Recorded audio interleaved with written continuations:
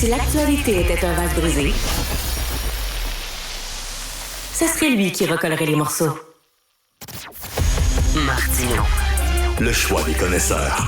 On discute avec l'analyste politique et chroniqueuse du Journal de Montréal, qu'on peut voir à la joute aussi, Elsie Lefebvre. Elsie, une déclaration de François Legault qui vient tout juste d'être dévoilée. On écoute un extrait, j'aimerais que tu réagisses. On écoute ça. Ça va bien, très bien, les négociations avec les enseignants. On se parle de la lourdeur de la tâche, de comment on peut ajouter des gens dans les classes. Puis ça va très bien. Puis moi, j'ai bon espoir que tous les enfants vont retourner à l'école dès lundi qui vient. C'est très important pour moi, très important pour plusieurs de ces enfants-là. Maintenant, pour ce qui est de la santé, c'est très... Bonne nouvelle, ça. Qu'est-ce que tu en penses? Ben oui, j'espère que c'est une prophétie. C'est pas ce qu'on entendait hier du côté de la FAE, mais bon, s'il dit que ça avance bien puis qu'on peut rentrer lundi, c'est sûr qu'on a besoin de ça. Là, les jeunes, ont besoin d'aller à l'école, c'est bien évident. Puis je pense que les revendications des enseignantes aussi sont légitimes. Alors, on croise les doigts. J'ai hâte d'entendre la FAE aujourd'hui. Puis j'espère que ça va dans le même sens. En même temps, on les a pas entendus ce matin. À suivre. Ben oui, puis, oui, à suivre. Peut-être qu'il prend ses souhaits pour la réalité aussi. Là. On verra. C'est un peu ça. Exactement. Puis pour ce qui est de la santé, j'allais dire, tu sais, ce qui est compliqué en santé, c'est que de ce que j'en comprends, le gros noyau, c'est qu'on veut rapatrier, si on veut, les infirmières qui sont qui ont été en agence, donc qui ont quitté le réseau. Puis un des enjeux qui accroche, c'est quand on va les ramener dans le réseau, quelle ancienneté elles vont avoir. Ça, c'est un gros enjeu parce que celles qui ont tenu le navire à bout de bras se disent, écoute, je vais pas venir me faire dépasser par une fille qui, elle, est allée travailler avec les meilleures conditions en faisant pas les chiffres difficiles, etc. Donc ça, c'est un enjeu. Puis l'idée de la flexibilité au niveau de la main-d'œuvre, des envoyer d'une place à l'autre. Tu sais, je comprends le gouvernement ce qu'il veut faire. C'est sûr que s'il y a un feu quelque part, on veut pouvoir dire telle infirmière, venez-vous-en en renfort. En même temps, il y a des filles qui travaillent par exemple, à l'urgence de tel hôpital. C'est pas vrai que d'un matin, elle veut se faire appeler pour dire OK, tu t'en vas à telle place, puis l'autre journée, tu t'en vas à telle autre. Donc, c'est pas mieux non plus sur la rétention du personnel s'ils sont barouettés d'une place à l'autre. Les infirmières, ce qu'ils disent, c'est que déjà, il y a des filles qui se mettent en disponibilité, donc qui acceptent de faire ces shifts-là. Bref, on n'a pas tous les détails, mais ça, c'est les enjeux où les infirmières veulent pas bouger. Je pense qu'ils n'auront pas le choix de bouger un peu, mais le gouvernement aussi. C'est tellement compliqué. Les deux ont raison. C'est ça l'enjeu. C'est ça. Et tu sais que sur les enseignants, là, Elsie, moi, je suis déchiré parce que d'un côté, ils ont l'intérêt des enfants à cœur. Puis je pense pas qu'ils sortent dans la rue par gaieté. Là, ils veulent que les choses changent pour le bien des enfants. D'un autre côté, je suis inquiet aussi pour les enfants en difficulté. Là, ça n'a pas de maudit bon sens. Déjà qui sont passés à travers la pandémie, tout ça. C'est sûr. C'est pas évident, hein? Non, mais tu sais, j'entendais un représentant des enseignants ou une enseignante, je me rappelle plus, qui disait oui, vous avez raison, c'est sûr que manquer 3-4 semaines de classe, c'est grave, mais en même temps, je veux dire, ça fait 20 ans que le réseau est tout croche, puis quand tu es dans le réseau, tu te rends bien compte que l'enfant, entre guillemets, le plus en difficulté, lui, va peut-être réussir à avoir l'orthopédagogue, d'avoir un psychologue, mais toutes les autres, là, à moins que tu sois diagnostiqué avec 8 affaires, l'autre, il passe dans le beurre. Donc, à un moment donné, ça peut plus durer non plus. Alors, tu sais, tout le monde a raison, tout le monde a un petit peu tort, mais l'enjeu, c'est qu'il manque de personnel. Donc, tu sais, par exemple, les psychologues, tu sais, on en parlait la semaine dernière, les psychologues sont sous-payés dans le réseau public. Donc, à un moment donné, je veux dire, t'es étudié en psychologie, t'es psychologue, fou dans une poche. Tu sais, c'est sûr que tu peux avoir la vocation, mais à un moment donné, quand tu fais 35% de plus dans le secteur privé, avec des cas beaucoup plus légers, tu dis, tu sais, tu fais quelques années dans le public puis tu t'en vas. C'est ça l'enjeu de fond, ultimement. C'est que s'il y avait une masse de travailleurs, on se poserait pas la question parce que là, en guillemets, ils se battraient pour avoir les emplois. Mais il manque de travailleurs, on n'en a pas formé assez. C'est la même chose pour les infirmières, les médecins, les préposés, etc.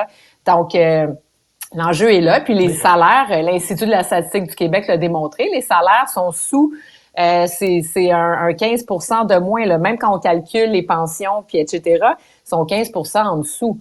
Donc, c'est ça la question. Puis ensuite de ça, si on donne pas des emplois, ben, on est obligé d'aller dans le privé. Le cas des infirmières est patent. Là, on l'a vu, là, le privé, l'impact que ça avait, mais c'est la même chose pour les plombiers, la même chose pour les électriciens, la même chose pour les travailleurs sociaux, etc. Et donc, c'est pour ça que moi, je pense qu'il faut qu'ils donnent des salaires compétitifs. Puis après ça, ils vont avoir une marge de manœuvre peut-être dans la prochaine négo pour serrer la vis sur la flexibilité dont ils veulent avoir besoin. Elsie, j'ai besoin de tes lumières pour m'éclairer sur un truc. OK, la constitution des classes. Justement, Stéphanie Gramont a écrit là-dessus aujourd'hui dans la presse. Là. Tu sais, les cas lourds, les enfants en difficulté dans les classes et tout ça, que ça, c'est exigeant pour les professeurs.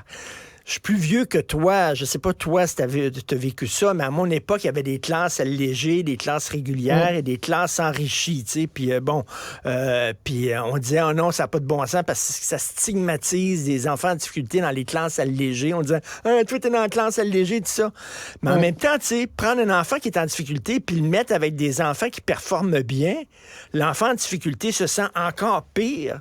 Est-ce que c'était pas mieux, ça, de mettre les enfants en difficulté dans des classes spéciales pour eux autres? Ben, tu sais, c'est tellement complexe, cette question-là, tu sais. Puis, moi, ma mère est orthopédagogue, là, dans des classes au primaire, puis elle a fait pendant plusieurs années ces classes spécialisées, puis à un moment donné, justement, elle était épuisée, même si c'était des groupes réduits, là, elle avait 8-12 enfants. Mais après 10, 15, 20 ans, à un moment donné, elle a pris des classes régulières parce que, justement, c'était complexe. Mais là, ils ont mis les enfants. Tu sais, le parallèle que je peux donner, mon garçon joue au hockey, tu sais. Il fera jamais la Ligue nationale, là. C'est un bon petit joueur, sympathique, là, mais tu sais, correct. Ça pour dire qu'il est dans des niveaux corrects, mais sans non plus là, être dans du 3A. Puis ça pour dire que, tu sais, des fois, il réussissait à franchir, tu sais, le camp d'entraînement pour s'en aller dans l'équipe meilleure. Puis d'autres fois, bon, il était retranché puis il était dans l'équipe un peu, tu sais, donc il était soit dans les meilleurs d'une équipe moins bonne ou dans les moins bons de la meilleure équipe. C'est sûr, comme parent, tu dis, Caroline, quand il est dans la meilleure équipe, il est poussé par le haut, par les meilleurs. Donc, tu sais, ça l'aide à se développer. C'est un peu la même chose. Si j'avais un enfant problématique, en difficulté, autiste ou peu importe, je voudrais qu'il soit dans la vraie classe. Oui, mais est-ce que t'as mieux le meilleur des moins bons ou le moins bon des meilleurs? C'est ça qui est compliqué, tu sais. Puis oui, ça amène cet enfant-là en difficulté à s'améliorer, si on veut, puis à se développer davantage par l'émulation des autres. Mais c'est certain que pour un enseignant, s'il n'y a pas de soutien, comment veux-tu que s'il y a 25 enfants dans sa classe, 30 enfants, t'en as 4-5 qui sont vraiment en difficulté, normalement, ils devraient avoir un soutien particulier, mais là, c'est ça qu'ils n'ont pas, les professeurs. Donc, les enfants sont laissés là. Puis là, on parle des enfants autistes problématiques, en tout cas, qui ont des enjeux particuliers. Mais tu as tous les autres, là, tu sais, qui sont dans le dernier tiers, si on veut. Là, tous ceux, par exemple, qui auraient échoué le test, là, s'ils étaient allés au privé, tu sais, qui n'auraient pas passé, là. Mais ceux-là, ils ont besoin d'aide. Puis en ce moment, c'est ceux-là qu'on échappe complètement. Puis tu sais, quand, là, tu sais, on regarde le décrochage des garçons, ça, c'est une autre affaire. C'est lié à bien des enjeux, l'activité sportive, la manière dont on enseigne plein de choses. Mais c'est aussi que ces enfants-là, ils n'ont pas de soutien, sont laissés à eux-mêmes.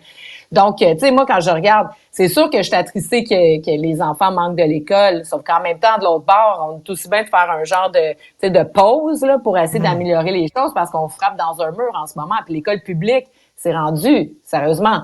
Avant, à Montréal, par exemple, Montréal, je pense que c'est le pire, là, tu sais, le pire endroit, notamment parce que, bon, il y a beaucoup d'enfants aussi allophones qui parlent même pas français, fait que ça alourdit encore plus les classes. Mais, tu sais, je veux dire, les écoles secondaires à Montréal, je veux dire, publiques, c'est triste, là, tu sais, de regarder comment que, tu sais, les niveaux. Puis quand tu regardes les classements, les taux de décrochage scolaire, c'est épouvantable. Tu as du 30-40% là, au secondaire. Tu sais, donc, ceux qui continuent de travailler comme enseignants, c'est des saints, tu sais, qui ont une vocation. Puis c'est triste parce que les enfants ont pas la même capacité. Puis moi, c'est ce que je trouve plate d'ailleurs, là, puis je finis là-dessus, c'est que François Legault reconnaît pas l'école à 3 vitesses. En partant, il y a l'école à 3 vitesses. Il va te promener à Jean Heard, là, qui est une école vraiment top. Là, tu rentres là-dedans, les planchers sont quasiment en marbre, c'est beau. Tu t'en vas à Louis-Joseph Papineau. Ça a l'air d'un bunker. La cour d'école est dégueulasse. T'as même pas d'arbre. C'est épouvantable. On vit dans deux mondes, là, complètement, c'est ça. Écoute, rapidement, dans ta chronique d'aujourd'hui, qui est très bonne, c'est les 4 chantiers là, qui attendent les caquistes. Tu dis, des dossiers pour requinquer les caquistes en 2024. Et tu mets le projecteur sur un truc important dont on parle très peu. Écoute, ce week-end, je suis allé manger avec une amie qui travaille dans le milieu de la justice, dans le système de la justice. Elle dit, on est en train de péter aux frettes. On pète aux frettes. Il y a une pénurie de main-d'œuvre, là, puis ça n'a pas de sens. On doit remettre des procès à plus tard ou avorter des procès, tout ça. Il nous manque des greffiers. Des gens ont dit ça n'a pas de bon sens. On n'en parle pas suffisamment. T'en parles aujourd'hui, mais ça, c'est inquiétant, là. Ben oui, parce qu'on n'en parle pas parce que, tu sais, on a dans le DA, les juges sont bien payés, les avocats sont bien payés, tout ça. Donc, c'est pas nécessairement juste une question de rémunération, quoique les procureurs sont en négociation présentement, mais c'est toutes les ressources, c'est que les tribunaux peuvent pas fonctionner. Comme tu le dis, le juge arrive pour plaider, il manque un greffier, il manque la personne, tu sais, qui fait la sécurité, il manque un paquet de personnes dans le réseau qui fait en sorte que, ben, tu sais, c'est le commun des mortels, là, qui n'a pas les services, puis il y a des peines, il y a des procès qui sont reportés. C'est vraiment un enjeu. Ce système-là est en train de craquer aussi, puis on n'en parle pas beaucoup. Puis, tu sais, c'est que, tu sais, les dossiers que j'ai énumérés, tu sais, j'ai énuméré, bon, la DPJ, la justice, le secteur de la construction, là, le chantier que Boulay a mis en place, du fait que, tu sais, il y a 25 corps de métier au Québec plutôt que 7 en Ontario, ce qui fait que ça nous coûte plus cher, ça retarde les chantiers. Ça, c'est des choses qui sont comme latentes, à part l'éducation puis la santé, qui font en sorte que ça retarde tout le reste. Donc, il faut s'attarder à ces enjeux-là. Puis la justice, c'est fondamental parce que, tu sais, notamment quand on parle de la DPJ, ben il y a des cas là-dedans. Quand on parle de, tu sais, tout est dans tout, puis c'est là où le système craque de partout d'ailleurs. Et je pense que si les caquistes, bon, tu sais, parce qu'il y a les grandes missions de l'État, la réforme du B, la réforme de Drainville, mais en même temps, il y a des chantiers sur lesquels on peut travailler de façon plus pointue qui, ultimement, vont avoir un impact. L'Agence des transports de Geneviève Guilbeault, tu sais, ça, là, c'est majeur aussi parce que, tu sais, les transports, c'est les routes, c'est le transport collectif, oui. C'est tellement de choses, c'est de l'argent qu'on engloutit des milliards pour pas de résultats au bout de la ligne. Les routes sont autant, je veux dire, en lambeaux qu'avant. Et comme t'écrivais, le Québec est déglingué, là, puis il va falloir à un moment donné nous reprendre en main parce qu'il y a des gros chantiers importants. Bon temps des fêtes avec ta famille. Oui, toi aussi. Et, écoute, on se reparle en 2024. Merci beaucoup, Elsie. Merci, Richard. Salut.